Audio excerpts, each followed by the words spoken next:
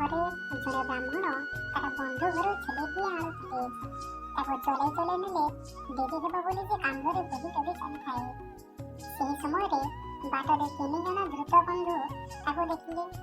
ଛେଳିଟି ଖୁବ୍ ହୃଷ୍ଟପୃଷ୍ଟ ଥିବାର ଦେଖି ତାକୁ ଭୋଜି କରି ଖାଇବାକୁ ତାଙ୍କ ପାଟିରୁ ଲାଳ ବୋହିଲା।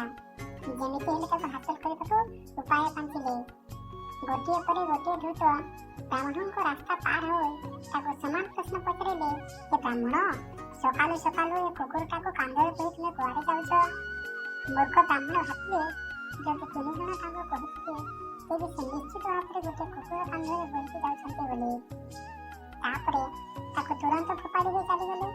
3 ଜଣ ଦ୍ରୁତ ବନ୍ଧୁ ଛେଳିଟିକୁ ଧରି ନେଇ ଆନନ୍ଦରେ ଭୋଜି କରିବାକୁ ଲାଗିଲେ।